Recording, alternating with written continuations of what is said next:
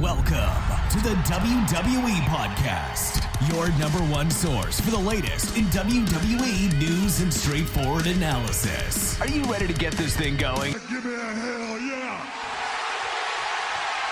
I said give me a hell yeah! Then let's get this show started right now. All right, everybody. You know what time it is. It is that time of the week. It's that time of the week to hear what you have to say, the listeners. What's on your mind as WrestleMania closes in? We've got, my goodness, 9 days as I record this until WrestleMania, so not a lot of time. 10 days, I'm sorry. I said 9 days. 10 days. It's Wednesday, not Thursday. So we've got 10 days until WrestleMania, but man, there's a lot to discuss. And I want to start off with any of our patrons who have questions, and they get priority treatment. So if you want to get priority treatment and have your questions answered at the beginning of the show, head on over to Patreon and become a patron of the show. For $1, you get all of our podcasts ad-free and a shout-out on the show, and you get priority placement in our Mailbag show, all for $1 a month. Not bad. Okay, so this first question comes to us from Jeremy Schrader, and he says, "Hi, Matt. What do you think the Randy vs. Fiend match could be? I could see Vince seeing the big screw-up with the AEW match, exploding barbed wire death match, and telling his yes men that we're going to do that, but bigger and better than AEW. Also, Alex making the comment that the Legend Killer will die. Alexa, I said Alex. Alexa making the comment that the Legend Killer will die kind of made me think we might get a super huge babyface Randy or a very sinister Randy with a new move. I'm right there with you on WrestleMania. Alexa needs to stop this dark self and run right through the women's division. There are so many possibilities for this version of her. Too bad that she is tied up with this storyline right now." All right, well, thank you, Jeremy, for not only being a patron, but sending in the question. Okay, well, let me answer your last thing first. Your comment about Alexa Bliss shredding the darkness. I wouldn't shred the darkness. I would keep it, but I'd have her on her own path post-WrestleMania. Now, you also mentioned that we might get a super huge babyface Randy or a very sinister Randy with a new move. I would go for the latter. I would think that Randy Orton's going to go to a place that we may not have seen him before in order to defeat The Fiend. Of course, I don't think he'll do it. I mean, for real, if this was logic and pro wrestling was supposed to be super real and they educated as such, then I would say that the next match should be a death match. I mean, because you can't light somebody on fire and then go back to a headlock takeover. Okay, it doesn't work. So I think Randy Orton, number one, enjoys being a heel much more than a babyface. I guess The Fiend by default is a babyface.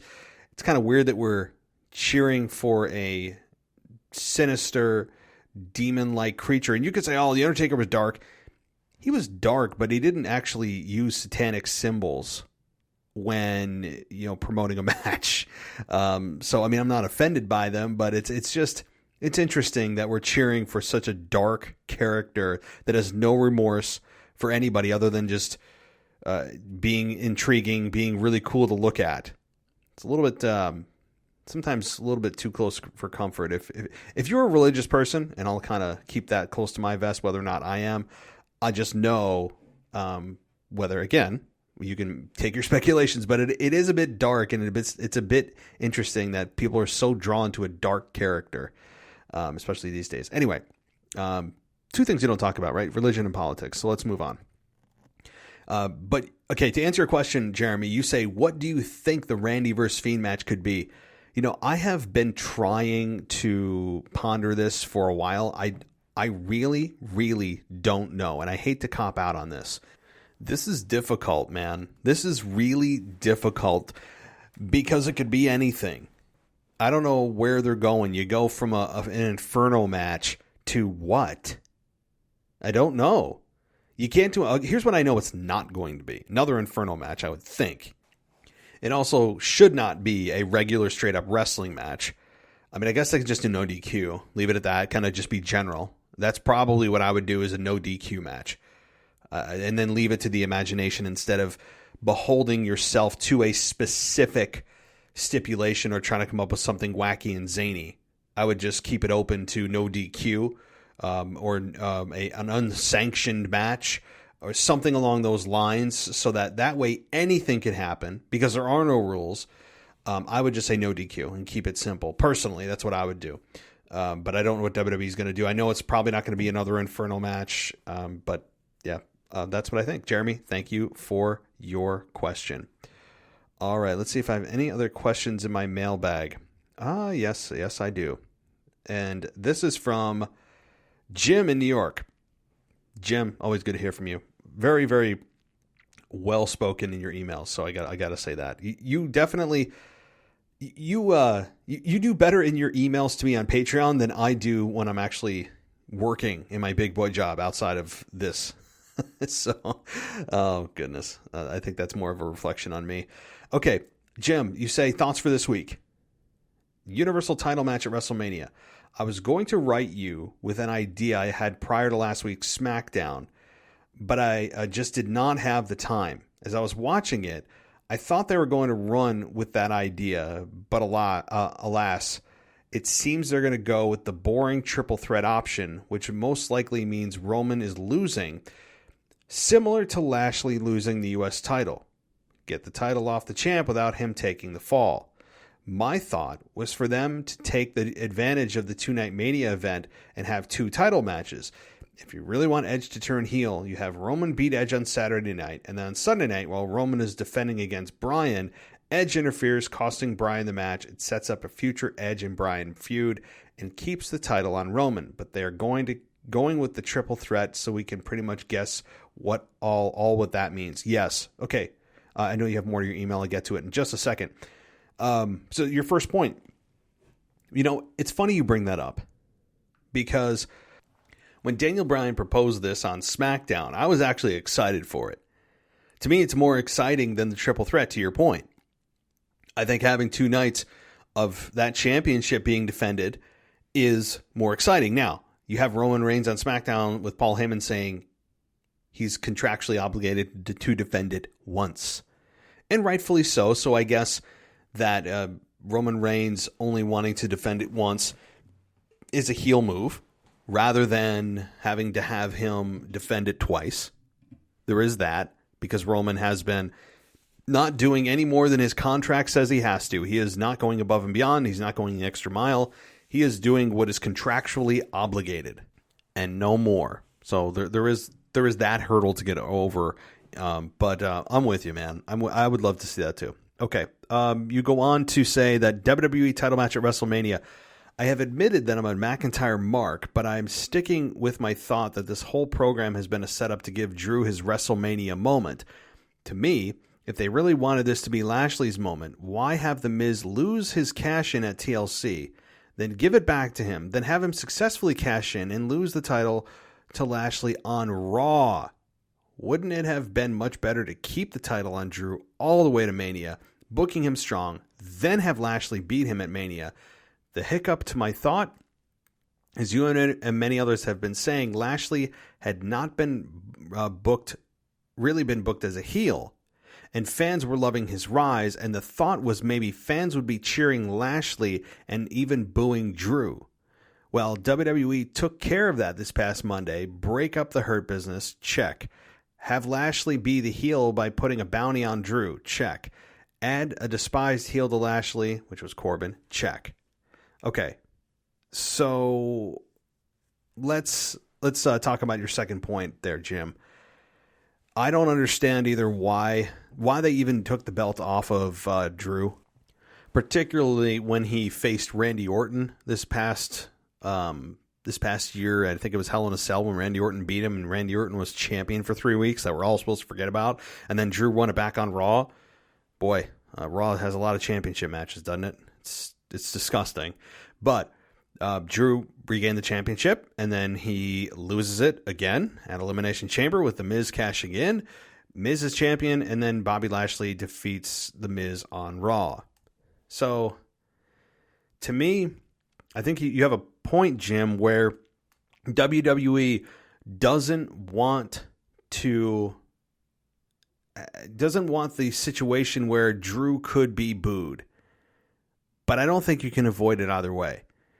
Is it a little bit mitigated because it's Drew McIntyre who's on the chase, rather than having Drew McIntyre hold that championship for an entire year, where fans may be getting kind of bored with it and bored with him as champion, and they're thinking, Lashley hasn't been champion. Yeah, Drew has had his time.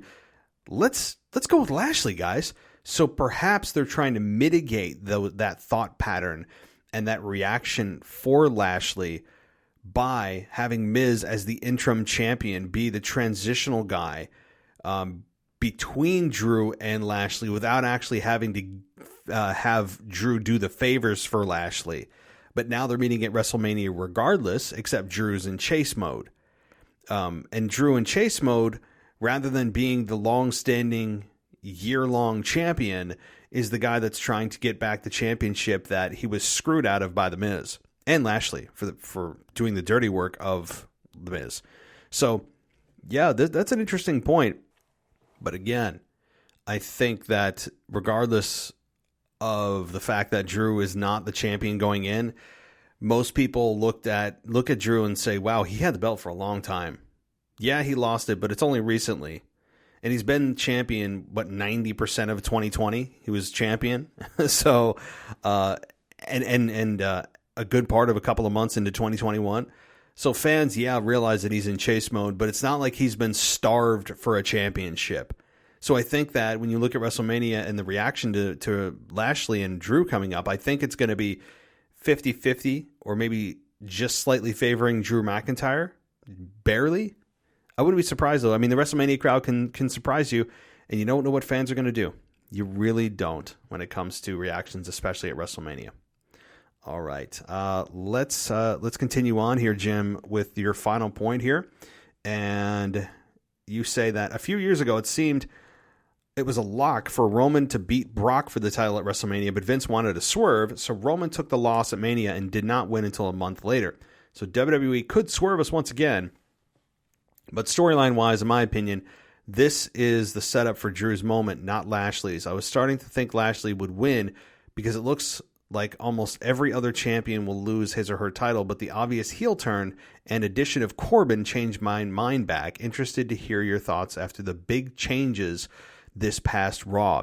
Well, first of all, Corbin, I think, is nothing more than a sacrificial goat for Lashley. Yeah, I mean, there's no other way around it. Corbin is one of the most irrelevant heels in WWE that should not be as irrelevant as he is. He started to pick up a little bit more momentum after bringing in some lackeys to actually have to direct. I mean, I don't know how you can be a king without subjects, but he's been a king without subjects for most of his gimmicked King Corbin deal. So, again, Corbin is nothing more than a sacrificial lamb. I would anticipate that Corbin gets his ass handed to him on SmackDown by McIntyre, taking him out and getting his revenge. That's probably what's going to happen. I don't think it makes a difference that he cashed in his bounty. I don't even know what taking him out means, right? Do you just have to lay him out? Do you have to injure him? What do you have to do? What does taking him out mean? That was never specified. But, all right, Jim, thank you for your question, and looking forward to next week's email. Okay, let's get to our emails that were sent to realwwepodcast@gmail.com. And this one is from Dennis O'Brien, and he writes in and says, "Hi, Matt. Thank you for reading my emails every week. I hope you and the crew are well. I promise no F words. Even if you do, I bleep them out. So no problem. I watched Raw this week as usual, and I'm beginning to think Matt Riddle is writing the show. It's all over the place. Lashley walks into a dressing room full of jobbers, including Ricochet / Pretty Ricky, and gave them an opportunity to fight him for a title match if someone can take out Drew when his buddies couldn't do it, who have been on TV every week, especially as tag team champs. Oh, and by the way, did you know Braun is stupid? Just ask 50-something-year-old Shane if you don't know. Raw is a disaster. SmackDown's decent. NXT is better most weeks. AEW is better every week. My rant over. Okay, well, first of all, yeah, I'm reading this that you sent nearly a week ago, which is why you're referencing a Raw that is a week old. But I understand the premise, right? I mean, Raw is a mess. You would never know. I will say this. If they took the language of WrestleMania out of the show, if they took that ridiculous sign out of the arena, in which I would ban outright, I would never have a WrestleMania sign between Rumble and Mania, ever, because that way no one could point to it. But my point is, if you took the language of WrestleMania out of the show, you'd never feel like it's WrestleMania season. Like if the game was to take out the names of pay-per-views or any kind of logo or sign that would tell you what the next pay-per-view is, nobody would guess WrestleMania. Nobody. You wouldn't guess WrestleMania if you were looking at Raw. Now, SmackDown, you might have a hint, given that Edge is facing Roman Reigns in the main event, along with Daniel Bryan, but you'd never know that this is the WrestleMania if you took the verbiage out, that it's WrestleMania. We only know it's WrestleMania because it's WrestleMania time. So, interesting. Yeah, I feel your frustration, Dennis. That is for sure. Definitely. Okay, thank you, Dennis. Looking forward to your next email here. All right, where are we here? I have voicemails, but we're gonna pause on those voicemails as we get through the emails. And our next email comes to us from Terry from Springfield, Tennessee. He says, I emailed you last week about the Hurt Business looking like it was going to be disassembled, and I guess it came to pass, but since it happened, it's making Lashley look like a bona fide heel, like a real heel should be. I know you said sometime back that Lashley wasn't being portrayed properly as a bad guy, which I personally like because I'm a heel guy. One more thing, if Lashley retains at Mania, what superstar do you think will be his next opponent, since he would have beaten some big threats in Sheamus, Strowman, and maybe Keith Lee or The Fiend? Okay. Well, you were right about the Hurt Business being disassembled.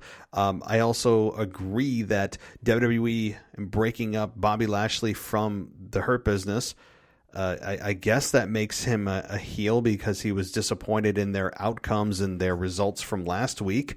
I understand that. That does put a little bit of heat on him, as well as putting a bounty on Drew's head. That's cowardly to do. But at the same time, I don't mind Bobby Lashley just being who he is, not needing help, not needing to put bounties on people's heads or having people watch his back. I'm okay with him being the absolute dominator that he is. And still be a heel. You can still be a heel and not always have backup. It's possible. I'm a heel guy too. I'm a fan of good old fashioned heels that make me hate them, not cheer them, ironically, but legitimately want to see someone beat them up. It doesn't happen often. But okay, so your question asking who do I think, if Lashley retains, would face him post WrestleMania? I think it could be really a litany of guys. Could it be a rematch between Drew and Lashley? Yeah, you could have that. But I think more importantly, you could have Sheamus, who's really in the main event anytime you want to plug him in. Keith Lee, I would stay away from right now. I mean, Keith Lee, he's not even on TV right now. I mean, I don't know where maybe him and Charlotte are just... They went to spring break down in Panama City Beach or something, or I don't know, South Padre Island, and they just got lost in a drunken stupor. I really don't know. Keith Lee and Charlotte are just on again, off again, on again, off again, on again, off again, and they're both off right now. So who knows? But Keith Lee I would stay away from because they got a lot of work to do with his character. Braun Strowman could be immediately in the conversations. Sheamus could be, as well as Drew for a rematch. You also have lingering Brock Lesnar. But why would you bring in Brock Lesnar after WrestleMania when the match you'd want to have be at WrestleMania? You wouldn't want the match between Lashley and Lesnar being post-WrestleMania. It's kind of weird, right? I mean, I'm not against it. We all need to see Lashley Lesnar, but is that really a post-WrestleMania B pay-per-view main event? Think about that. I don't know. The Fiend, could he be and will he be WWE champion? The answer is yes. But when does he strike? Because I think The Fiend, first of all, once Randy Orton and The Fiend face each other at WrestleMania, that should be it. This program's been going on long enough. We're ready for the payoff. We're ready to see Randy die, I guess. I guess we're all need to be prepared for an on-air death for WWE. But I don't know. Maybe he does go right for Lashley or right for Drew. That's a very interesting combination. I think you're onto something there because to me and to WWE fans, those two entities, Drew and or Lashley and The Fiend, have all been so separate for so long. Bringing them together on Raw would be very interesting. Somebody outside of Randy Orton, for God's sakes. Yeah, I'm ready for Orton and Fiend. They did a good job over 3 months, but I'm just kind of ready. Thank you, Terry, for your email. All right. Let's see here. The next email comes to us from Nathan Palmer, and he says, hope this email finds you well. I'm writing back into the mailbag this week from last week. I was the writer who said that The Fiend's return was underwhelming for him, and you asked what would have made it perfect for me. It wasn't The Fiend's look that I wasn't happy with. I thought he looked great. It was the fact that all he did was hit Randy with Sister Abigail. When he did it, I was just sitting there thinking, is that it? If someone lit me on fire and burnt me to death, and I was brought back to life, I would certainly do more than walk up to him and hit him with Sister Abigail.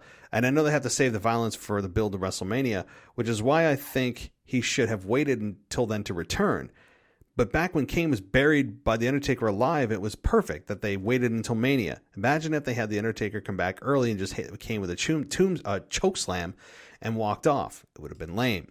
Fiend should have waited until WrestleMania to come back, and it would have been like, you burnt me alive, now I'm going to end you. And that would have been the perfect for me. Okay, I know you have more, and I'll get to it in a second. Let me just say, I was a proponent of The Fiend waiting until Mania. I didn't need to see WrestleMania. I didn't need to see The Fiend at Fastlane. I didn't think it was necessary. They waited 3 months. What's another 3 weeks? Why? I don't get it. Like you said, that's all. Like Alexa's been doing all these witchcraft things and doing all these, spells and rituals to bring The Fiend back, and all The Fiend could muster is a Sister Abigail, like a wrestling move. That's all he does, right? Lighting somebody on fire is not a wrestling move. So if you're going to have an equal and opposite reaction, a Sister Abigail does not equal somebody being lit on fire. That said, to your point, you can't put all your cards on the table prior to WrestleMania, which is why, like you said, they need to have the violence saved for WrestleMania. I get that too, but I'm with you. I actually think that would have been way better. And your analogy about The Undertaker and Kane, I made that one a few weeks ago. I think back in 2004, right before WrestleMania 20, we didn't see The Undertaker till WrestleMania. You know what it did? It also created a lot more interest in the show. You want to see the dead man again. What does he look like? Did he grow his hair out? It was perfectly done, and I was all for The Fiend not coming back until WrestleMania.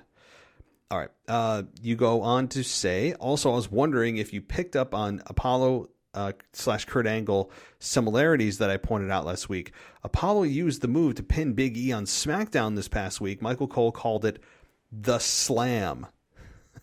I didn't pick up on the Slam, but I did pick up on Apollo Crews using the Angle Slam. Yes. I think Apollo Crews is ultra talented in the ring. We all know that, but the Slam is funny. Good point. Last point, you say, with it being WrestleMania season, I love the Raw after Mania just as much as Mania itself because it's known for its comebacks and great moments. Although this year won't be the typical Raw after WrestleMania, I'm still positive there will be some great moments, or at least one. That being said, my 3 questions for you are, number 1, what is your favorite Raw after Mania moment? Mine is Paige's debut. Yes, I do remember that. And she won the Women's or Divas Championship that night. I believe, was it AJ Lee? I think, if I'm not mistaken, she won that night. My favorite Raw after WrestleMania moment? Whoa, that's tough. I'm going to cop out and say I have a few. Dolph Ziggler winning the World Heavyweight Championship, cashing in. That was really, really cool. Roman Reigns getting absolutely destroyed by the crowd for 15 minutes, cussing him out. Finally, telling really just Vince what they thought about the babyface Roman Reigns character. You know what? That may be my number one.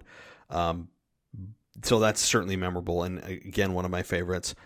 And Brock Lesnar returning to take out John Cena after he just lost to The Rock. I think that was also one of my favorites. There's a lot more. I mean, the chants are brilliant. You can go on YouTube and just search for Monday Night Raw after WrestleMania chants, and people have put text over the chants that are going on. It's great. It's great.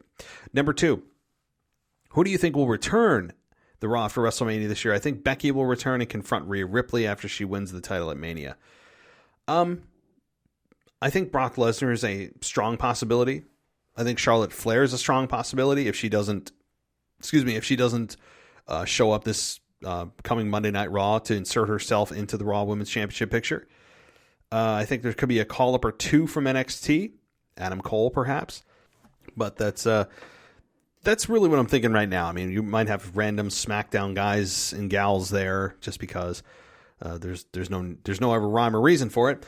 But as far as Becky Lynch returning, again, I'm fine with Rhea Ripley versus Becky Lynch.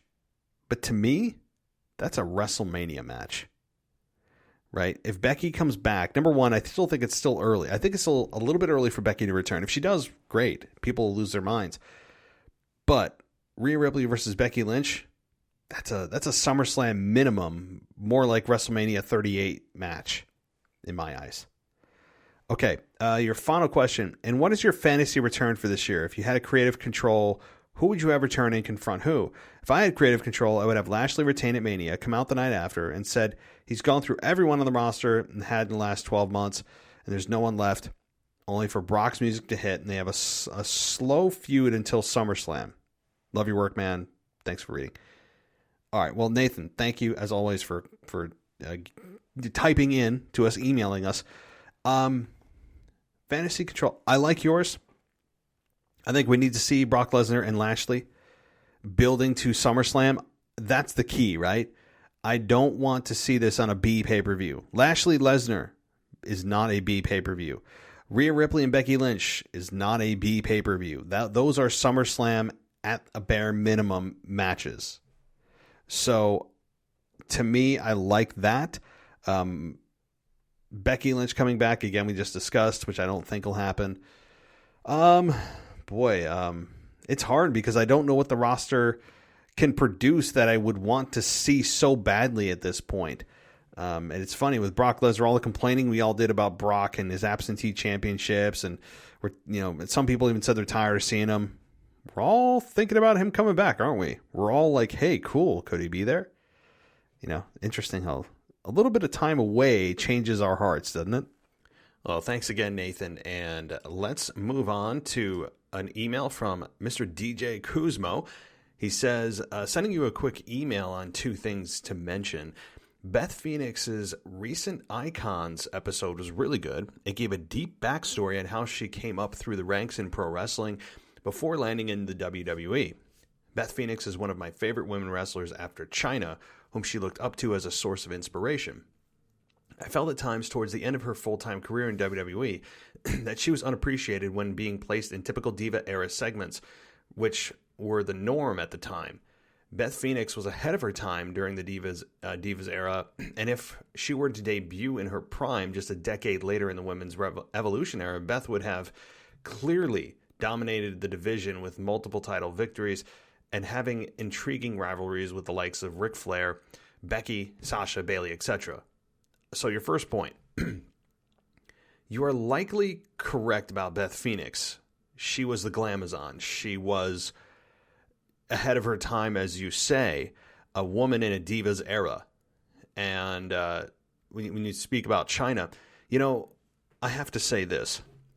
Chyna is one of the most recognizable women's wrestlers of all time. She was clearly much stronger, bigger than any of the women on the roster during the Attitude Era. But if you listen to Jim Ross, and you listen to the way that she speaks about Joni, Chyna, he doesn't do it in glowing terms. He doesn't speak about her in very warm tones. The way that he speaks about her is kind of in a resentful way, where she felt that she was above the women on the roster, that she needed to work with the men, and that they always needed to be, WWE needed to be very careful about hurting her feelings. That's the way that she was perceived, that she was very sensitive, and they always had to tiptoe around Joni Laurer. They needed to tiptoe around her feelings and make sure that they did something that wasn't going to piss her off or get her upset. If that's true, if that is indeed the truth about how she was in WWE, then I can understand Jim Ross's perception of her, that she was a pain in the ass to work with because she felt she was entitled to more, that she didn't belong in the women's division, that she should have been working with the men, all of that. And I, to some degree, understand that. So I just wanted to point out, if you haven't already heard about Jim Ross's perception of Chyna, it is not glowing. I will say that. But you're right about Beth Phoenix. I think she was about 10 years too early. Had she debuted in the women's evolution, then yes, I think she would have been a big-time star. You know, when she was in the Divas era, she's capped by the amount of good talent she can work with. You can't wrestle yourself. So Beth Phoenix was, as you say, ahead of her time. Your second point, my WrestleMania question that many on Twitter, wrestling Twitter, are debating on is, who will most likely pin Daniel Bryan in the triple threat match for the Universal title? Best regards. You'll hear my rant on the voicemail coming up later on your show. Wonderful. I can't wait. Okay, so who do I think is going to pin Daniel Bryan? You're going to put me on the spot, aren't you? Number one, I think Daniel Bryan is there to take the pinfall. I've said that since we all had a hint that he was going to be inserted in the triple threat. Is there an outside chance that Daniel Bryan actually wins? Yeah, there is. I don't think we should discount that, because Daniel Bryan winning would protect both Edge and Roman Reigns. I know that Daniel Bryan would have to pin one of them, but it could be off of the work of the other. Meaning, you could have, say, Daniel Bryan pin Edge, but it's only because Roman Reigns had speared him earlier. Daniel Bryan then immediately hits the running knee on Roman. Roman gets knocked out of the ring, and Daniel Bryan goes for the pin on Edge and wins, but it's off of the spear from Roman. Protecting Roman Reigns not getting pinned, but also protecting Edge because he was just speared a second earlier, not really clean from Daniel, but off the luck of the spear. There's ways around this that you could, and really arguments to be made that Daniel Bryan could win the Universal Championship. I don't think we should completely discount it. And to be honest, when Vince gets a sense that everyone believes that Daniel is there to simply take the pinfall, guess what Vince does sometimes? Especially in the main event, which I believe this will go on last. This is going to be the final match we see from both nights. Night 2, this will close the show, which tells me something big is going to happen. So, but could it be Daniel Bryan just taking the pinfall? Yes. And most likely he is there to take the pinfall. So, who do I think in the most likely scenario is going to pin Daniel Bryan? Edge. Because in WWE's eyes, again, this is the logic of WWE, not what I hope happens, or maybe most fans hope happens, is that it protects Roman the most, which to me should be utmost out of everything, is protecting Roman Reigns' heel run, because this is not something that comes along often. Championships come and go, but heel runs like this do not happen often. They are rare, and you need to protect it when it happens. So, that being said, I think that Edge pins Daniel Bryan without Roman even being involved. He's on the outside of the ring, completely incapacitated and not involved in the decision.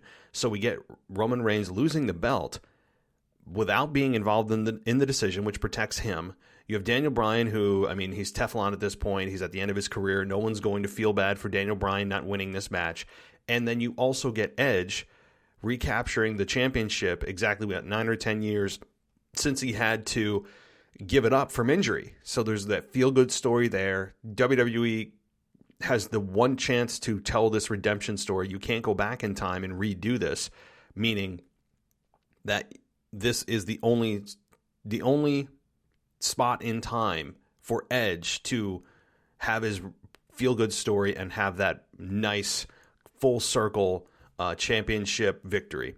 There's no other time to do it.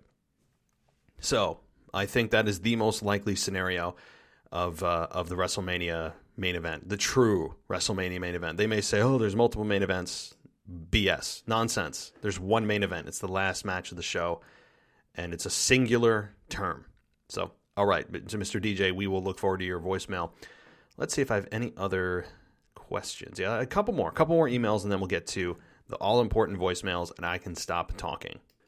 All right, our next email comes to us from Gustavo, and he says, hope all is well. I just had a quick question regarding Randy Orton and The Fiend. What did these two do after WrestleMania? I've legitimately thought to myself, who could these two dudes feud with next? And I can't seem to come up with a logical answer. Randy has pretty much gone through the entire Raw roster at this point, and as far as The Fiend, I don't know who he could feud with, and it makes sense storyline-wise. Your thoughts? So, Gus, here's what my thought is. If Randy Orton is not actually dead, as Alexa Bliss has threatened, just insane that they're bringing up death in a wrestling storyline. You just don't do that, because you can't ever follow through with it. It's something you can never pay off, and the fans know it. So, with that said, who do these two go with after? Who do they dance with after WrestleMania? Well, number one, I hope it's not each other, right? I hope that this is the finale of this, and that it doesn't continue into Backlash or whatever pay-per-view is after WrestleMania. I really hope that it does truly split these two. So where does Randy go? My best guess, Braun Strowman and The Fiend. He could get himself involved in the title picture with Edge. I think that's a very strong possibility that The Fiend goes after Edge after defeating Randy Orton.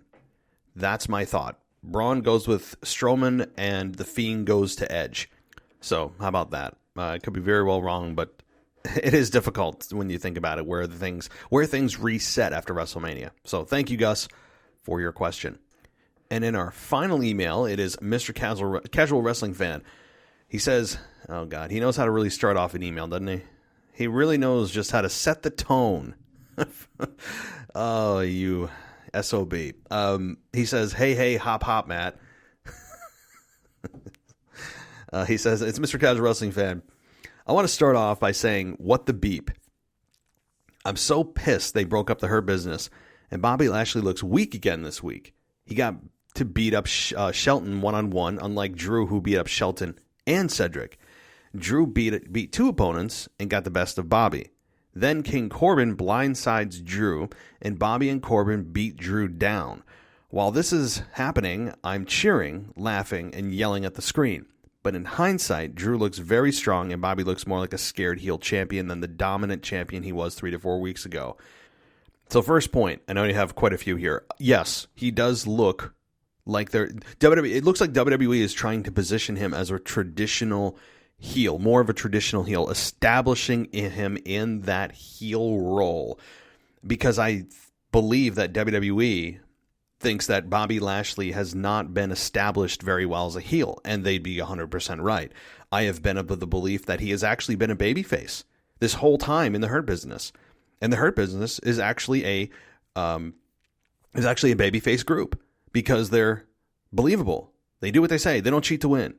And the last couple of weeks, they've been like, well, yeah, Bobby hasn't really done anything heelish.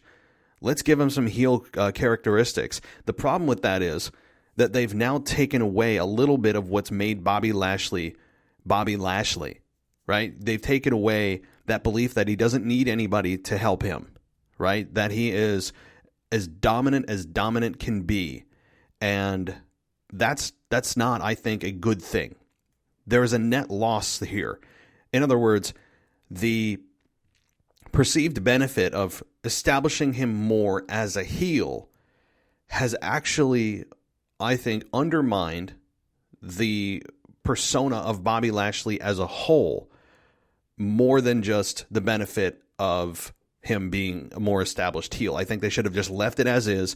You want to believe that Bobby Lashley doesn't need help, and he doesn't.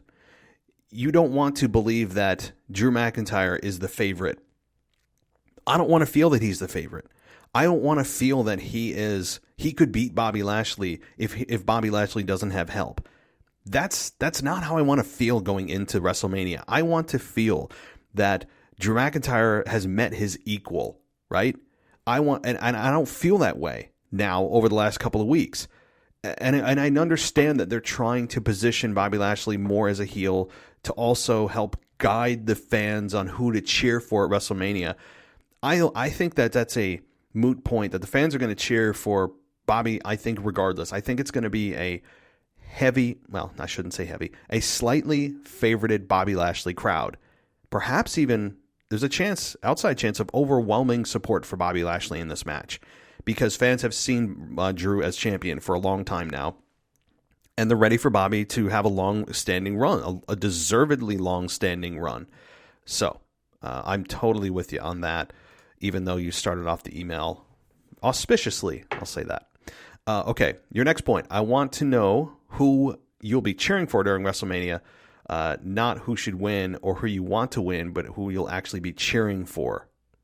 Well, who I want to win is somebody I'd be cheering for, so those two things can be true at the same time. I would say who I'll be cheering for as a total fan, right?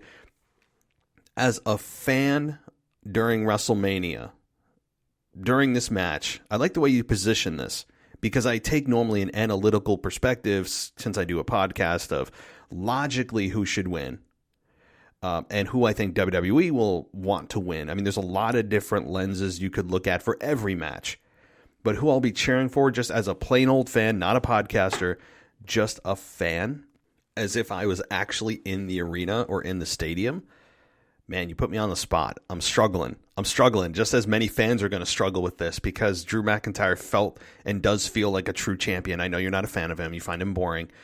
And I understand that. I mean, and to some degree, I agree with you. But there's also the part of me of, well, Bobby Lashley hasn't got a fair shake.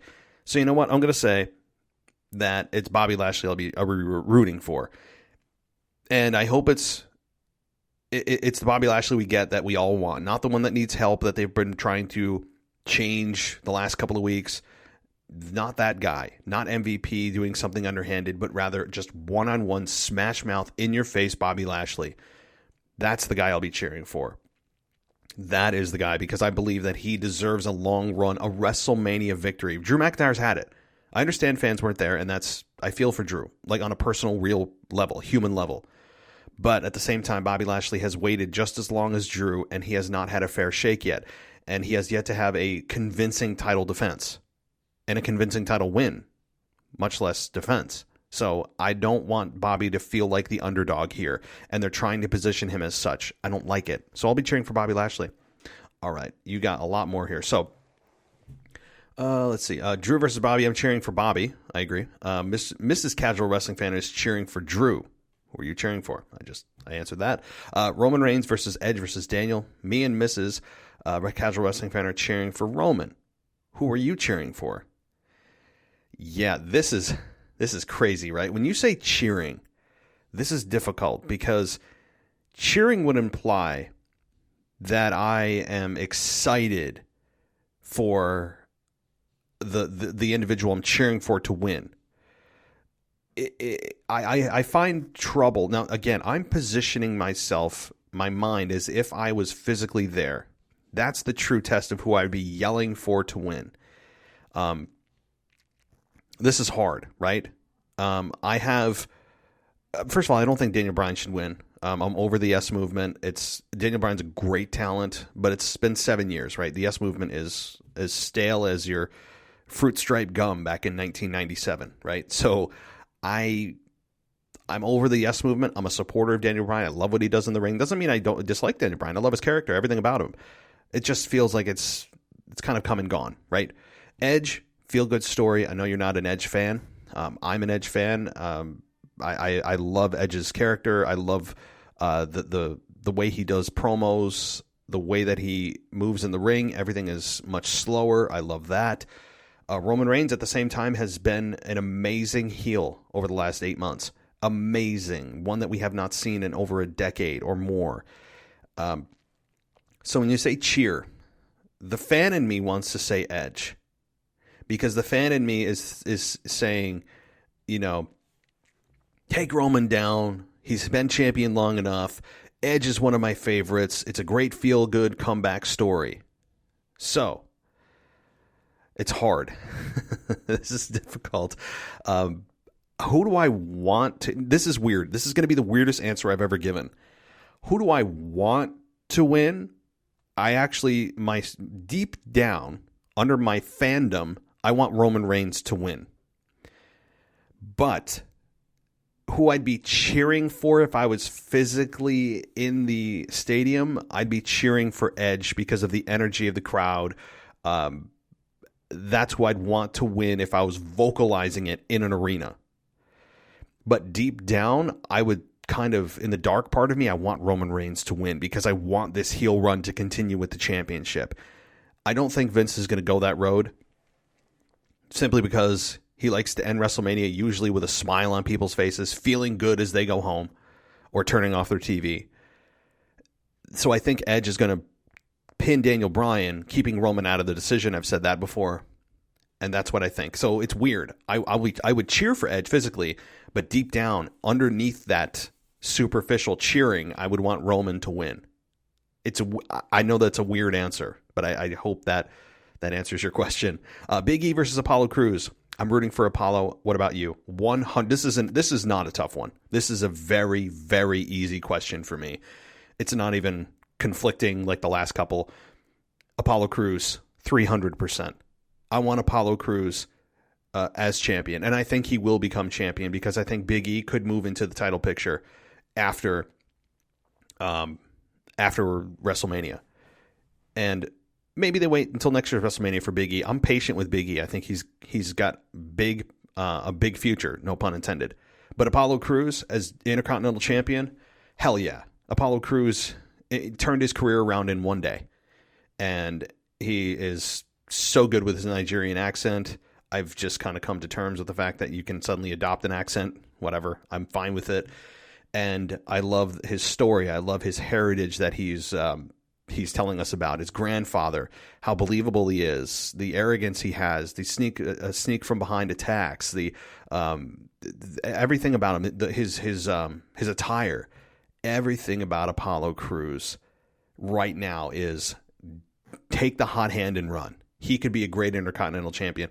You kind of forget Big E's Intercontinental Champion, don't you? You do. I'm kind of over Big E as champion. He's honestly been kind of boring as Intercontinental Champion, and that's weird. But I think Big E has yet to really fully evolve into the character that we're going to see as him as a world champion. So Apollo Crews, 300%. It's not even like a thought for me. Asuka versus Rhea Ripley. I'm cheering for Ripley. Oh yeah, this is another one that's an absolute slam dunk. Rhea Ripley, 150%. I don't know where I'm coming up with these percentages. They're not statistically accurate, so don't try to find a case study on it. But Rhea Ripley, not even a thought. Asuka has been really a victim of forgottenness, of neglect, and neglect of the Raw Women's Championship by proxy, which is a damn shame that the Raw Women's Championship has been forgotten. I've ranted about that many times. But Asuka right now needs to refresh herself, distance herself from the championship, maybe even go full heel. I'm fine with the heel Asuka. Asuka can play both very well, and I think she's trending that way.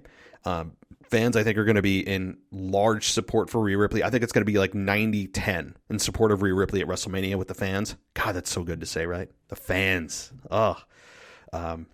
So Rhea Ripley is got my full support. Not even a question. Randy Orton versus The Fiend. I hope The Fiend kills the Legend Killer. He says, what about you? And he actually has ha ha ha ha, because I guess he knew I was going to laugh. Randy Orton. The Fiend should end Randy Orton. I'm sure he will do something dastardly, bordering on TV-14 that ends the Legend Killer, does something absolutely horrific to Randy Orton that makes you cringe. and maybe the sponsors call WWE headquarters the next day and say, "Hey, what the hell was that?" Right? That was a little beyond TV PG. So I think the Fiend, and I hope the Fiend does defeat Randy Orton. There's no other option here. There's just no other option. You can't have the Fiend resurrected with all the support that he has from the fans, the awesome look that he has, just to have Randy Orton beat him with an RKO. We don't even know the stipulation of this match either. So these last three are slam dunks for me. Apollo Crews, Rhea Ripley, and the Fiend. They have to go over. It's not even a question. All right. You say, lastly, a few people, including myself, told you that Matt Riddle is cool and has a good gimmick. I get he's not your cup of tea, but he is well liked and he's super over. So show Matt Riddle some love, buy some Bronuts, and you will learn how to ride a scooter, Grandpa. Have a great week, Mr. Casual Wrestling Fan. Man, you know how, I got to say, you know how to start and end an email so affectionately, don't you? Oh, good Lord. I really don't want to get on the Matt Riddle bandwagon again. When I say he's super over, no, I would disagree with that. Matt Riddle is not super over. And the reason that we know this is that they are putting him in comedy segments as the United States champion, which, by the way, he wouldn't be if Keith Lee wasn't absent. I mean, Keith Lee, again, we don't know the story, and there's something going on there. Same with Charlotte. Something's not right. But Matt Riddle is an embarrassment as United States champion from a personality perspective. I really enjoy him in the ring, and that's the only time I enjoy him. But I don't need him acting like a 14-year-old boy, riding his scooter to school. Oh God. All right, I'm going to get on a rant. But Mr. Casual Wrestling Fan, thank you so much. I'm sure I'll hear from you next week. All right, let's get to those voicemails and get my voice off this show, and we'll start to hear from you. So let's do that with the first voicemail right now. Hey Matt, it's Chris from Switzerland. I wish you a good day. I hope I'm not too late here. I'm actually live from work, my last tour here in a few minutes. I have some thoughts for you today about Alexa Bliss. To me, she has the control over the Fiend. She's maybe Sister Abigail is an actual character, I don't know. I feel there's something going on, like the Fiend versus Bray Wyatt. Maybe. Not sure about that, because Bray Wyatt could show up again. And under the costume, because the costume of the Fiend is covering the complete body, so you can put somebody else under the costume. And Bray Wyatt is a breaking out character from the Fiend, who is fighting against his demon. Some thought I have, because the costume could make it possible, because before the Fiend has shown the body of Bray Wyatt, and you cannot duplicate the body that perfectly. You can, of course, it happened before, but I think that the people would not buy it. But now you can put something like that. To me, it's the baddest WrestleMania season of all time. I'm not very hyped. 3 matches I like to see. It's the Fiend match. It's the triple threat for the Universal title. And as the third match, I would say it's Cesaro against Rollins, because we're here in Switzerland. Of course, we have some fans here for him. I know some who are absolutely sure he will win, because it makes sense that he could over on WrestleMania, but yeah, who knows what happens, right? And I hope then after COVID, when is over COVID, but there's nothing good storytelling anymore, like I told you in my voicemails before. I'm missing that. I miss the logic. I miss the patience. I miss so much. It's disgusting. So yeah, it's, as a wrestling fan, it's very hard times, and my girlfriend still supports me to watch this crap. But I told her I will always be a fan of this crap, because it still has me a bit, and that's the weirdest thing about it all. I must tell you, I will never stop watching it. So yeah, but these fans are, like you say, kind of the absolute core of it all. Hey, Chris from Switzerland. Good to hear from you, sir. So funny talking about your girlfriend supporting you watching this crap. Yeah, my wife kind of feels the same way. She doesn't really particularly enjoy pro wrestling, but you know, your point about the Fiend and Alexa Bliss, she could be the one pulling the strings. But then that would beg the question, well, how did he exist in the first place? Because Alexa Bliss wasn't with him at the beginning. So did she suddenly absorb the powers of Sister Abigail and now she's controlling him? But then how did he exist and be controlled beforehand? I mean, there's a lot of weird questions there. But your point about this not feeling like WrestleMania season, I mean, does it feel any more like WrestleMania season than last year did with COVID? You know, the matches, there are several on here that you just roll your eyes at. Shane McMahon and Braun Strowman is one that comes to mind. You're just like, what? What is this? What's this nonsense? But Seth Rollins and Cesaro, yeah, I mean, that's going to be a purist wrestling match. That's going to be the one that is no stipulations, straight up wrestling, and better man wins. And I think Cesaro is probably going to take that. So you'll be happy, and your country will be happy about that. But yeah, man, this is a weird WrestleMania season. It doesn't feel like it has, maybe it's the star power, the lack of star power. No Brock Lesnar, right? No rumors of Rock or anybody coming back. Yeah, we have Hulk Hogan, but he doesn't count. It potentially does lack star power. And maybe that's the problem, in addition to stories that are just silly. But, you know, overall, look, it's WrestleMania. Anything can happen.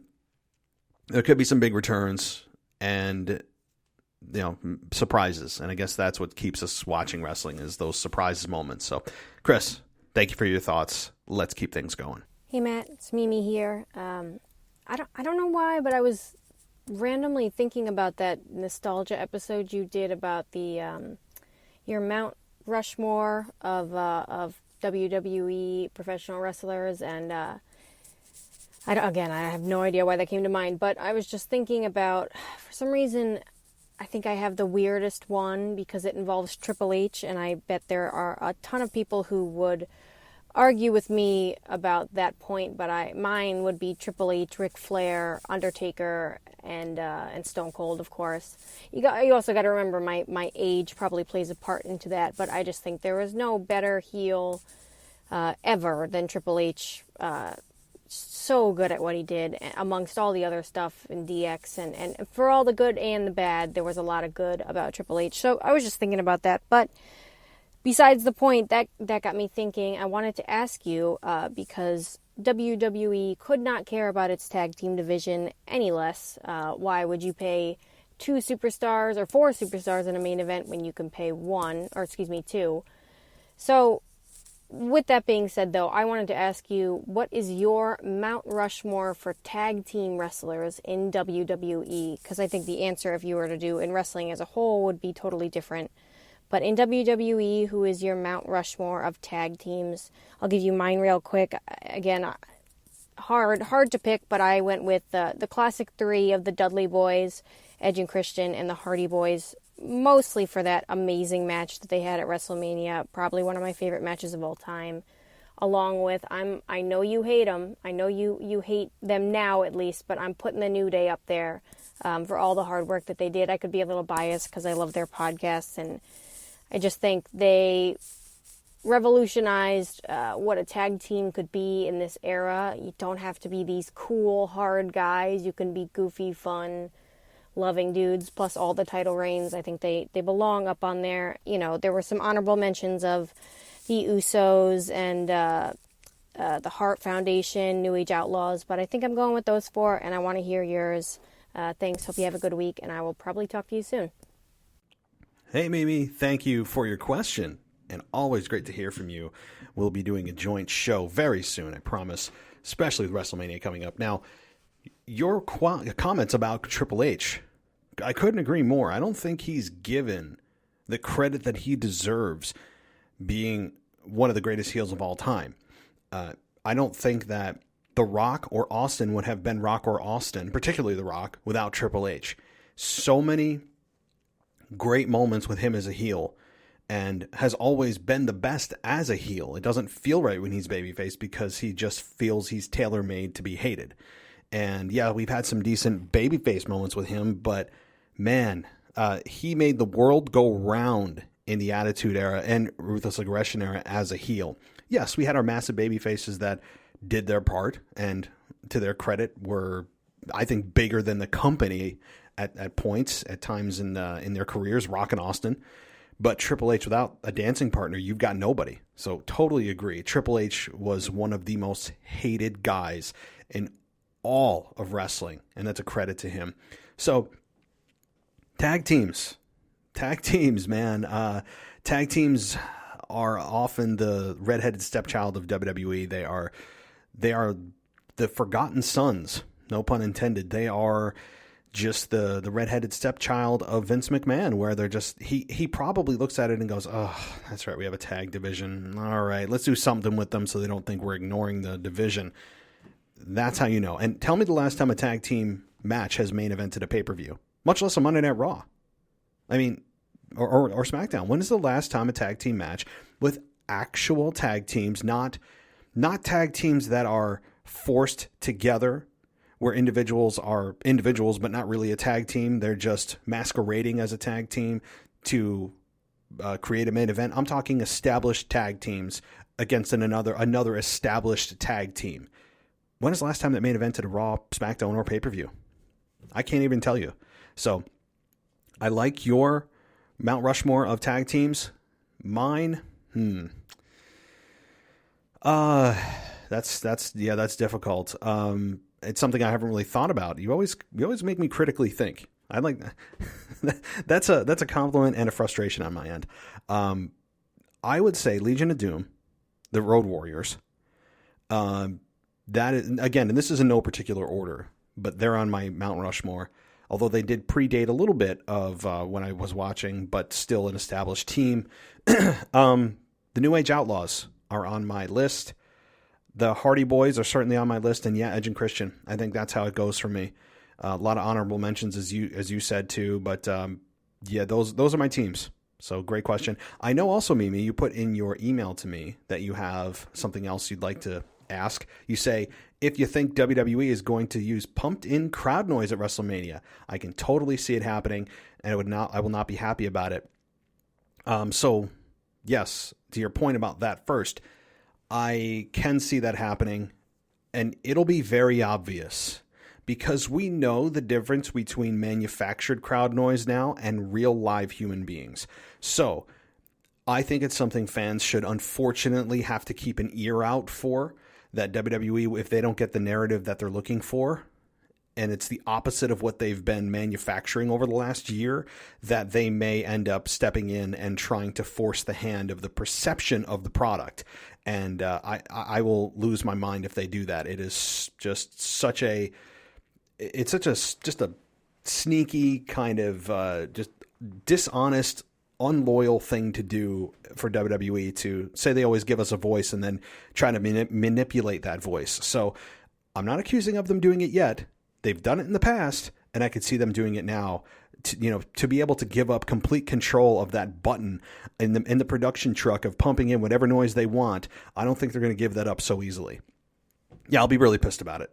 So let's keep an ear out for it. We know what manufactured cheering and booing sounds like. Okay, and you say last but not least, did you get a chance to watch that Shaq match in AEW? Don't want to put you on the spot, but love to hear your thoughts about it. Well, you put me on the spot, and I failed. I have not watched it yet. So, shame on me. I'm embarrassing to my own podcast that I have not watched that yet. But I will watch it. Now you're going to force me to watch it tonight, so that way I can't come back next week and say I didn't watch it. Man, oh man. Got to embarrass me on my own show. All right, Mimi, thank you for your question. Hey, it's Justin from Maryland again. I just had a quick thought. So, the Raw that just passed, we had Sheamus and Riddle have an interaction. I think that that could possibly lead to a match at WrestleMania, and I think Sheamus will win. I know you said that you think that there should be a multi-man match, and maybe Keith Lee comes back and wins it, but after what I saw with Sheamus and Riddle, I think that they should just go ahead and just feud, have a match at WrestleMania. I think Sheamus should just win. He's been looking good these past couple of weeks, even though he hasn't won. But I felt like they're trying to build him up for another mid-card title run. So I think that it'll be interesting to see if Sheamus challenges Riddle for the U.S. title and then he just wins. And then who knows, maybe if Drew McIntyre wins at WrestleMania, then hey, him and Sheamus can be holding individual belts, and I feel like that would be a great story to tell. But that's it. I know I'm a little late. I should have said this yesterday, but you'll answer next week. So thanks again. I'll talk to you soon. Hey, Justin, thanks again for calling. And yes, I did say that the United States Championship will probably end in a triple threat or multi-man, four-man, five-way. I don't think that's the case now. And I really haven't focused too much on it because of my just absolute distaste for the Matt Riddle character. But to Sheamus's credit, to your point, the guy has overachieved. Like Sheamus, the thing with Sheamus is you know what you're getting, but he often over-delivers and rarely under-delivers. Sheamus is a guy that, in a pinch, if you have top guys out, he could step up and be champion. He's absolutely capable of that. He's got the credentials, he's got the longevity, he's got the respect, and he can be good to very good on the mic when he wants to be. I look at him as a BB plus guy, but he occasionally touches that A minus territory to give him a letter grade. But I think you're right. I think it's going to be one-on-one now because I don't see anybody else stepping up in the Riddle Sheamus storyline. I see nothing. I don't see any kind of dissension between anybody else talking about the Intercontinental or the United States Championship. This to me does look like it's going to be Sheamus versus Matt Riddle at WrestleMania, and I'm cool with it. And I think Sheamus, as you said, should win it. After everything he's done for the company over the last several months, he deserves it. Really, last year, deserves it. And I think he would represent the Intercontinental Championship. Oh, geez, I keep saying IC. The United States Championship much better than Riddle does. I mean, Riddle's flat out an embarrassment as a character. I always want to differentiate. In ring, no problem. The guy's awesome in ring. But from a character perspective, he's an embarrassment as a United States Championship. And Sheamus is not. Sheamus is a well-respected individual, and he can be a really good heel, and he should be a heel. So, totally agree, and good point. Okay, let's keep things going. Hey, Matt, it's Kyle from New York again. So, today's Thursday, SmackDown's tomorrow. So, by the time you hear this voicemail, this might have already happened. But I don't know if you heard the news. Supposedly, Charlotte Flair doesn't have Corona anymore. And from what I've heard, supposedly they think it wouldn't make sense if they enter her in the Asuka Rhea Ripley match and make it a triple threat. They think it wouldn't make sense because he said she's going to challenge Asuka when Asuka comes back from injury. And then Charlotte never came back because of Corona, so they think it won't make sense. So from what I've heard, Charlotte is supposed to be, I guess, magically drafted or traded to SmackDown now. She's supposed to be coming to SmackDown tomorrow night, and she's supposed to get inserted into the SmackDown Women's title match, and it's going to be a triple threat with Bianca Belair, Sasha Banks, and Charlotte Flair at WrestleMania. I don't like this. I'm wondering what your opinion on it is. If this happens, I'll be pissed, because we all know what's going to happen. Bianca Belair, the rising star that should win the title, is not going to win. It's going to be Charlotte Flair that wins. We all know it's going to happen, let's be honest. Bianca Belair should be the choice here. Anyway, if this already happened by the time you hear this, I'm wondering your opinion on this. And second question, on a scale of 1 to 10, how do you like Peacock? So far, I'll give it a 6 or 7. I don't like the search tools for the WWE. It's weird. And also for the people that are saying that not all the content's on there yet. From what I've heard, supposedly WWE and Peacock themselves actually said that all the content ever on the network is going to be added on there before SummerSlam. So if anyone on this podcast is worrying about not all the content ever being on there, if anyone on this podcast thinks that, don't worry, guys. It's all going to be on there before SummerSlam. So, and that's really it. Oh, and also I forgot to tell you last week on the Mailbag episode. Thanks for 2 weeks ago making my two voicemails into one. Somehow you edited the 2 voicemails into the one 2 weeks ago. I forgot to tell you last week. Thank you. I appreciate that, actually. I didn't know you could do that. So, yeah, anyway, that's all I got this week. So thanks, and I'll talk to you next week. Hey, Kyle. Well, you're welcome. It's a little bit of magic on my end to merge those two together. Actually, it's like stupid simple. I'm not going to take credit for basically a very, very beginner skill to possess and merge 2 audio files. But anyway, as far as Peacock goes, I'm going to answer your questions in reverse. I'm not a fan of the Peacock format. It may look prettier on your Apple TV. It may look prettier on your iPhone or your Roku, whatever you have, your streaming device. It may look prettier, but I will say the search tool flat out sucks. It's bad. It's bad. I mean, once you get to the content, it's great. There's no chapters. That's a pain in the neck. There's, the fact that you go to a pay-per-view WrestleMania and you have to scrub through the pay-per-view to see who and what matches are on and try to find the match. It sucks, man. I'm not a fan at all right now.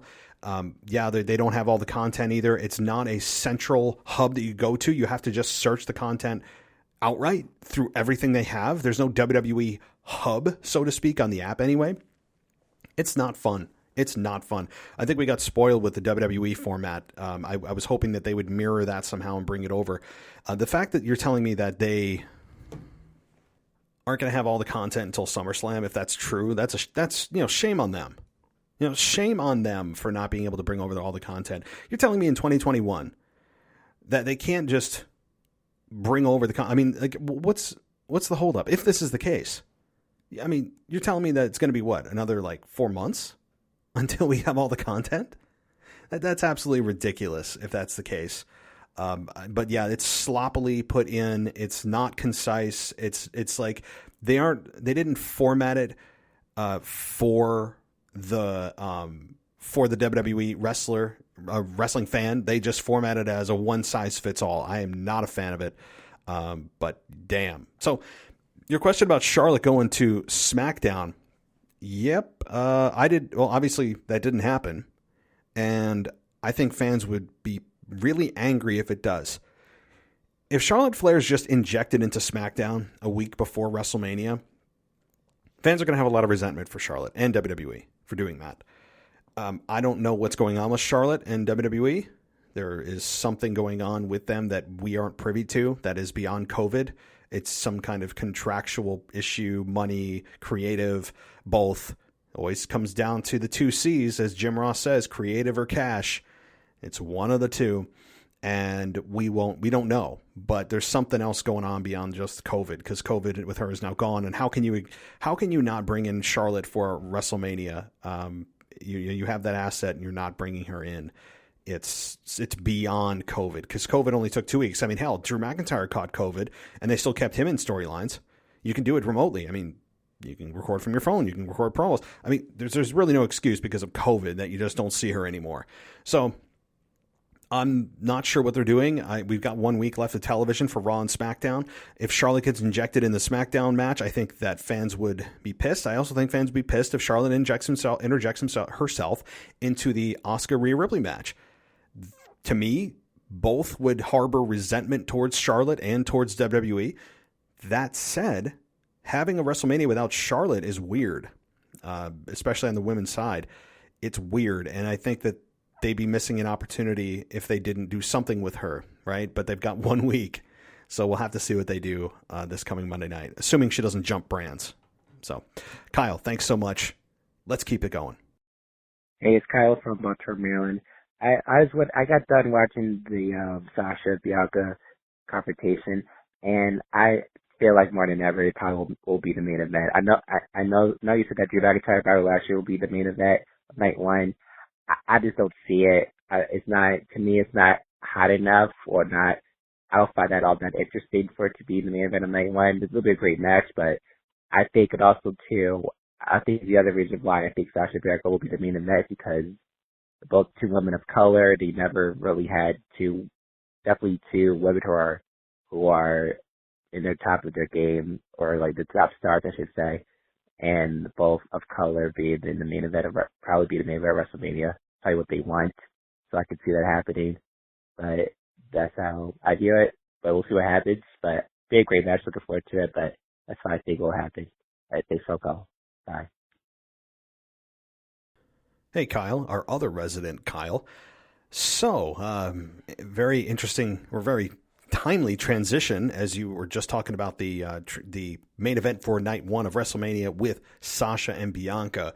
I think you're onto something with this. I think that WWE will probably give the women a night one main event, and night two will be Roman Reigns, Daniel Bryan, and Edge. Rightfully so. I don't think there's any other match that even has a shot or an argument of being the main event of night two, which to me is the true main event because it does close WrestleMania as a whole. So I think that you could make an argument for Sasha and Bianca main eventing night one. The question becomes, though, why would they do that? Right? And again, this gets in a very, very touchy territory, so I got to be very careful here. First, let me say this. I'm all for the women main eventing night one. I have no problem with it. None.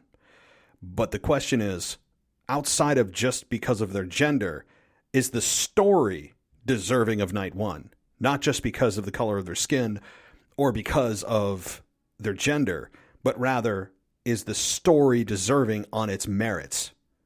You know, like you always have to look at that. Would WWE put them in the main event just because it would look good from a PR move to put women of color in the main event of WrestleMania of night one, really or heavily because of the fact that they're women who are women of color, right? If that's the case, I mean, some would say, well, that's fine, you know, but again, we're getting into politics very quickly, and I don't want to do that. I would just like everything to be on a level, even, fair playing field. Regardless of skin color, regardless of gender, everything should be based on its own merits. I'm not a fan of doing something that is not that's not on the level playing field. Again, I have no problem with these two women main eventing WrestleMania. I think it'd be fun. I think they could put on a main event quality match. I have no problem with night one, them ending night one with that, which will inevitably end with Bianca Belair capturing the championship. I mean, I think everybody sees that coming. So you're probably right. I think WWE will, in fact, have Sasha and Bianca main event night one. Bobby Lashley and Drew McIntyre, it doesn't feel as hot as it should. It certainly doesn't. It feels, I'm interested, but it's not like this boiling point where I'm like, oh my God, I can't wait. Right? I don't feel that yet. I don't know what's missing. But, yeah, I think you're right. They probably will do that for several reasons. As you mentioned, the fact that they're two women of color and, you know, it would be a good PR move for them. On top of the fact that if you take that away, the identity politics part of it, that on its own merits, if you were to just judge this without skin color and without gender, and you were just to say, hey, is this storyline deserving of main event of night one, you could make a case for it. You know, I think you could. I think a lot of fans have waited for this moment for Bianca to be crowned champion. They've strung it out for a long time, and there's a case to be made. I know people are thinking, oh, you're racist. Some people are probably screaming the racism card, which is like the laziest argument ever. You know, in today's world, is somebody just calling you a racist is like, you know, which I hope I don't, want to. I'm not trying to convey that. I don't believe I am. But my point is, I want everyone on a level playing field. I don't want people getting a special advantage simply because it's the trendy thing to do in 2021. You know, but if WWE wants to play that card, then they will. That said, again, on its own merits, I think it is deserving of a main event of night one. So I want to be very clear about that. All right. Well, now that I've treaded on dangerous waters, let's get on to the next voicemail before I get myself in trouble. Good morning, Matt. Your WWE podcast is number one. This is William Dickerson from Wichita, Kansas. I'm hollering this out to number one, the main eventer, WWE SmackDown Universal Champion. I'm ready for the fight. It's Roman Reigns on WWE SmackDown Friday night. Hey, William. Hope everything's good over there in Wichita, Kansas. Thanks for calling in, and I hope you enjoyed SmackDown number one. I'm glad that you were a fan of the show and you think we're number one. I think we're number one too. I really do. You know, there's a lot of podcasts out there, but I do thank you for choosing us here. But if you're ready for Roman Reigns and his fight, yeah, look, I'm ready too. I'm ready for WrestleMania. I'm ready for Roman Reigns and Daniel Bryan and Edge to get this on. I really am. I think it's going to be a hell of a match. It really, and I know that's cliche to say the main event's the match of the night, but it easily could be, right? So I'm wondering, what do you think, Mr. Dickerson? Do you think Roman Reigns is going to retain or lose his Universal Championship at WrestleMania? I'd be very interested. So call us back and let us know. All right, let's keep things going here. Hello, WWE Podcast World. This is none other than DJ Kuzmo back at it again on your Mailbag show. First and foremost, this is so heartbreaking to see what just took place last Monday night with none other than the Hurt Business. The Hurt Business! Why, WWE? Why? That this group now is officially over before WrestleMania?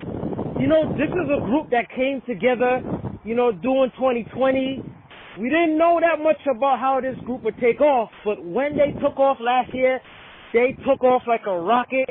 Bobby Lashley won his United States Championship. You know, Shelton Benjamin and Cedric Alexander won the tag titles. But now, of all times now, that this is over, this is like a knife to my heart right now to see, you know, this group fall apart. You know, and it's tragic, man. It's really tragic. I don't know what's gonna happen next week. You know, because I think Bobby Lashley's gonna probably face I think it's Cedric Alexander, if I'm not mistaken. But this is tragic, man. But on a lighter note, I want to give some credit out to the WWE with they just released this episode on Icons on Beth Phoenix. Tremendous production, great job on the story, and there's a lot of stuff that Beth Phoenix had to go through during the Diva era. So if you haven't seen that episode, go check it out. It's a great episode. And shout out to Ashley, man. Shout out to Ashley, man. She's trying to get to WrestleMania, so if you can support her, hit up my boy Matt. Let him know that you want to donate, you know, whether it's to GoFundMe or whatever donation that Ashley wants to go to WrestleMania. That's all I got to say, and I'll talk to you next time. Hey, DJ. Boy, you're in a windy area, huh? I hope you're staying safe, whatever you're doing. But, okay, Hurt Business. This is bad business, I think, for WWE. Again, I know I broke this down the other day on my show about the possible silver lining. I think it was in my Monday Night Raw review. The silver lining as to why possibly this was a good thing. I'm trying to put some kind of positive spin on it. The only thing I can think, and I'll reiterate quickly, is that WWE feels that if Bobby Lashley is really going to take off, and he's going to take off as a monster heel or even a monster babyface, that he needs to shed the fat or trim the fat. That's how they look at it. That's not how I'm saying I look at it. That's probably how they think they're looking at it. Now, typically, you have a monster heel. Typically, not all the time. I mean, in cases like Brock Lesnar and others, they don't need a stable to keep them safe. They're monsters on their own. But with Bobby Lashley, perhaps that's what they're doing. But to me, this sets him up for a babyface run as a monster babyface, getting rid of guys that he doesn't need there to help him win. So there's that. I mean, if you're looking at this from a optimist perspective, getting rid of guys that help him win, which they didn't really do anyway, but the perception that he needs help is gone to set him up for a monster babyface run. Now, do I think that's their thinking? No, I don't. They have broken up groups with no explanation before and no net benefit. They've broken up tag teams before with no benefit, that at least perceived benefit. So I'm very hesitant to be optimistic about this when in the past they've broken up groups and it has shown to be a very bad decision. So I'm very sad with you as well about this. It makes no sense. They can't keep a group together to save their lives for long term. I don't know why. But I guess maybe they know better than us and there's something we're not seeing and we'll say, oh, okay, cool. I see why they did that. I have my doubts. Shout out to you, Ashley. If we could all group together here and get Ashley to WrestleMania, let's all like put some kind of donation together and put some quarters in the jar for Ashley to get her to WrestleMania. I think she would appreciate that. I would too. Having her there in person in Tampa in just a few short days, 9 days away for WrestleMania 37. So yeah. Let's get Ashley. Let's get like hashtag Ashley to WrestleMania trending on Twitter. All right, let's start that trend. Okay, Mr. DJ, I hope to hear from you soon. Okay, let's keep things going. Just a couple more. Hey man, it's Justin from Maryland. Just had a quick couple of thoughts. First is on Sheamus and Riddle. So first, I'm very happy to see Sheamus is getting a U.S. title shot. Last week, when they had their backstage interaction, I was like, okay, they're definitely going to have Sheamus versus Riddle at WrestleMania. It's good to see Sheamus. He got to win back. So hopefully they let him go over on Riddle. I'm with you on his character. It's very annoying at this point. Like every time he gets on the screen, you know it's going to be a bad segment. Him and that scooter, I don't know. He loves that scooter. We had him with Oscar on Raw. Apparently he forgot his line, and Twitter was going off on him about that. So it's definitely time to take a title off of him. Hopefully at WrestleMania. Second is I'm gonna add on to what I said about Drew last week. It still feels like that WWE is trying to make us believe that Drew's going to win the title back, because now Bobby Lashley's definitely a heel. You have Corbin, of all people, coming from SmackDown to Raw to help him, and I was like, what is Corbin doing? Like, out of all people, Corbin? So, of course, you know, us fans, we don't really like Corbin, so I guess they're trying to put him with Lashley to make us not like Lashley even more, so it really seems like they're setting up for Drew to retain. I could be wrong, but I've been watching wrestling for years now, and I can pick up on certain things. So, well, hopefully Drew wins, but I want to see Lashley have a run. Well, my time's almost up, man. Thanks. I look forward to hearing your show, and I'll talk to you next week before WrestleMania. All right, Justin, round two. Here we go. Sheamus and Riddle. Yeah, I mean, I have gone over this a little bit already, but Sheamus is deserving of a championship run after everything he's done, overachieving over the last several months. Riddle is an embarrassment to the United States Championship. I've said that. He is a flat-out embarrassment as a character. Again, as a character. He's a flat-out embarrassment. There's just no redeeming quality about his character at all. Not funny, nothing. And you guys know how I feel. Sheamus, physical guy, respect. Everything is there. All the tools are there. He could have a great heel run as United States Championship and bring relevancy back to the United States Championship, where it's just dying a quick death on the shoulder of Riddle. So, agreed. And Bobby Lashley, yeah, they've firmly established him as a heel this week. I mean, if there was any ambiguity, I think that's now gone. I believe that WWE needed to send the message that we have a clear role cut out for Bobby Lashley of, we want you to boo him, right? Like that's the message we got with Corbin interfering on Bobby's behalf after the bounty was placed on his head, on Drew's head. Nobody likes Corbin. I mean, Corbin is a relatively boring heel, but every time you see him, you're just like, you kind of groan, don't you, when you see Corbin? And so I'm a fan of wanting to see Bobby Lashley retain. I want to see Bobby Lashley retain at WrestleMania. I want to see what he can do. I don't think that if you have Drew take the belt at Mania, that truly gave fans and Bobby a real run to see what he can do. So I'm hopeful, really hopeful that Bobby retains and Drew doesn't grab the belt. That said, I still like Drew, so it's hard. And I think fans are going to struggle at WrestleMania too. But the last thing, Corbin, how the hell did he end up on Raw? No one. I mean, is anybody even complaining about this? Right? I mean, does WWE? Nobody cares. No one's explaining. He's just there to collect the bounty. Well, how? Is it the Quarterly Invitational? The answer is no. He's just there with no explanation. And don't worry. Like I said, Drew McIntyre will be on SmackDown this week to get retaliation. But again, that shouldn't be because they're in separate worlds.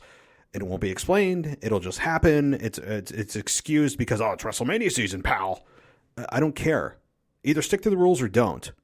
So, I just can't stand it. Okay. Thanks, Justin. Looking forward to your next call. Let's keep things going and close out the show here. Hey, this is Randy from Memphis. Second time calling in. It's kind of a rant, comment, and question all at the same time, to be honest with you. I just, what is the point of WrestleMania this year? I mean, this whole thing with The Miz and Morrison and Bad Bunny, I don't get it. I don't understand it. There's so much about WrestleMania this year that I don't get or understand. At first, I was excited about the fact that, we're finally going to have a WrestleMania main event that, did not have Brock Lesnar a part of it. Like, I'm excited for Lashley versus Drew McIntyre, but other than that, I don't know what else to think. Like, I should be happy about the triple threat match with Edge, Daniel Bryan, and Roman Reigns, but I don't know. Something's missing there. I don't get it. I feel like I've seen it before. Other than that, the rest of the card's just, again, I don't know why. We're missing the flair of what makes WrestleMania, I guess. I don't know. My question is with the way the card for night 1 and night 2 is laid out at this point, is it going to go down as one of the worst WrestleManias of all time? That's my question. Thanks. Hey, Randy. Well, first, before we get started, I have a message from your boss, Michael. He says to get back to the bar and serve your guests. So that is first and foremost. Secondly, your observation or your opinion about something missing from this year's WrestleMania, that it's in other words, paraphrasing you, it has some special ingredient that's missing. I would agree. I think it's maybe it's not one ingredient, but perhaps it's a multitude of ingredients. Number one, fans. Yes, we have fans back, not in full force, but when there's a packed house with 80,000 people, it feels more like WrestleMania. That's number one. Number two, certainly the card is a bit, on paper, weak. On paper, yes, it is weaker than it otherwise would be, but doesn't that set the bar low to potentially just blow that bar out of the water? Whenever we have a pay-per-view, even a B pay-per-view, that you look at the card and you're like, man, this pay-per-view is going to suck. And it ends up to being awesome. That's what I think this year's WrestleMania could be. I think many people are looking at this going, it doesn't feel like WrestleMania. But at the same time, when you set the bar so low, your expectations are easily exceeded. And I think that's the case here. So if you're going to set the bar low and the expectations low, then you may actually set yourself up for, I think, a good WrestleMania, because it's really easy to exceed the bar that you've set. So, but to your point about the whole deal with Bad Bunny, I mean, look, if you listen to this show, you know exactly what I feel about that whole trash storyline. But this isn't something new to WWE. They're not foreign to bringing in celebrities to not only get more eyeballs on the product, but also make the in-house residents, the wrestlers, look like total like fools, jackasses. You look back at Mickey Rourke, right? Remember Mickey Rourke punching Jericho in the face and breaking his jaw? Remember that? I remember that. Snooki doing a wrestling match. I mean, this is not the first time that WWE has brought in a celebrity to make the wrestlers look like fools. We have Floyd Money Mayweather taking down Big Show with brass knucks. I mean, all likelihood points to Bad Bunny winning the match, which is just absolutely ridiculous, and I'm going to probably lose my mind. It's expected, but I'm still going to lose my mind. So, yes, I'm with you. You're saying, what's the point of WrestleMania this year? Well, the point is it's WrestleMania season. We got to have the pay-per-view. I think that they will have things up their sleeve that maybe you don't expect.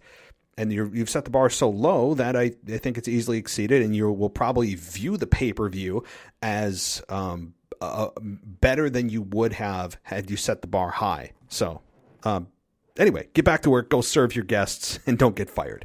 Okay, let's get to, I believe this is our final voicemail. What's up, man? How you doing? It's Mr. Casual Wrestling Fan here. Just wanted to call in for you real quick. You know, we're getting close to WrestleMania. I know everybody's excited. You know, I want to start off real quick by giving a couple shout-outs. Maybe a shout-out to Kyle from Baltimore. Shout-out from Kyle from New York. Shout-out to Wall. Shout-out to Jeff from the Philippines. You know, you guys are, and, you know, there's a bunch more. But you guys, I call every week. And, you know, we got to keep it going strong. I want to tell everybody, if you listen to this podcast, it's going to be WrestleMania week. Get your comments out there. Get your opinions out there. Tell Matt how you feel. Tell everybody how you feel. Let them know. Get it off your chest. You know, this is the best platform to do that.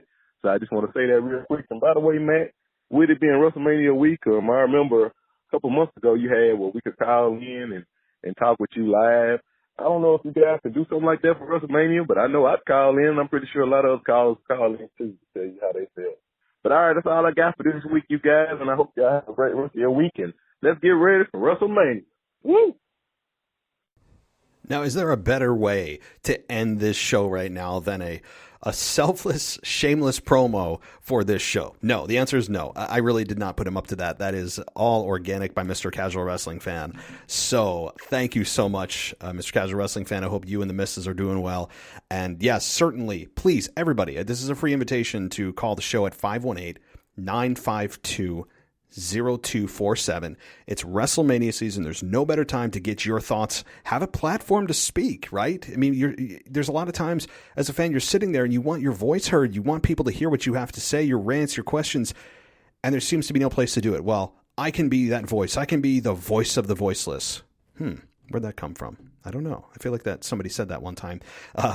But I can be. With this platform can be for you. Email us to at realwwepodcast@gmail.com and tweet us at wrestling_audio or on Instagram at WWE_podcast. That's where you can find us throughout the entire WrestleMania season. And yes, I am coming up with a big plan for next week's WrestleMania week. There's a lot on the table. I feel like I'm going to be recording like every day. We're going to be dropping so many shows that you're not going to be able to keep up. And as far as the live format, you know, you're tempting me. You're tempting me to do a live show, which may not be the worst idea in the world. So all I'll say to that is stay tuned. Stay tuned. All right.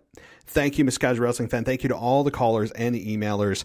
This is always a really fun show. One of my favorite shows of the week. So everybody strap in. Get yourselves ready. As Mr. Casual Wrestling Fan said, get ready. It is WrestleMania season. WrestleMania week is right around the corner. Everybody stay safe. Take care. And I'll talk to you next time.